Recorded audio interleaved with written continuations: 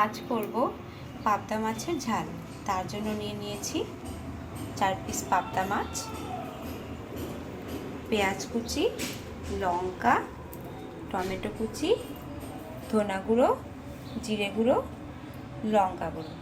ঝাল, পাবদা মাছের ঝাল, ওই জন্য একটু লঙ্কাটা বেশি লাগবে। মাছের মশলাটা করে নেব। পেঁয়াজটা মিক্সিং বলে দিয়ে দিলাম, লঙ্কাটা দিয়ে নিলাম, ধনে গুঁড়োটা দিয়ে দেব, জিরের গুঁড়োটা দিয়ে দেব, লঙ্কা গুঁড়োটা দিয়ে দেব, লবণ হলুদ দিয়ে মাখিয়ে নেব।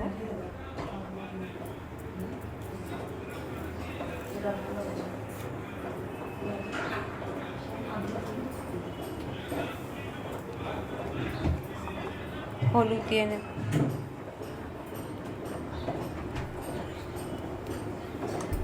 মাছটা ভালো করে মাখিয়ে নেব। মাখানোর সময় একটুখানি তেল দিয়ে নেব, তাহলে মাছটা ফুটবে না। কড়াইয়ে তেলটা গরম হয়ে গেছে, এবারে মাছগুলো ছেড়ে দেব।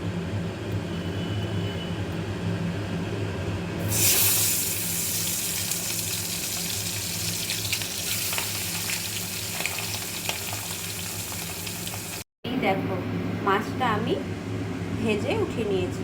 খুব কড়া করে ভাজিনি, নর্মাল। মাছ ভাজার তেলেই কালো জিরা সম্বারা দিয়ে দেব। তেলের মধ্যে দিয়ে দেব একটু লবণ, তারপর দিয়ে দেব টমেটো। এবারে আমি মশলাটা দিয়ে নেব। এবার ভালো করে নাড়িয়ে নেব। মশলাটার মধ্যে দিয়ে দিব একটু হলুদ। তেলে যেহেতু লবণ দিয়েছিলাম, ওই জন্য ঝোলে একটু লবণটা কমই দেবে। এখানে ঝোল হবে না, মাখাই থাকবে। দেখো, মশলা থেকে তেল ছাড়তে শুরু করে দিয়েছে, মশলা কষা হয়ে গেছে। এবার আমি সামান্য একটু জল দিয়ে নেব, জাস্ট মাছগুলো সেদ্ধ হওয়ার জন্য।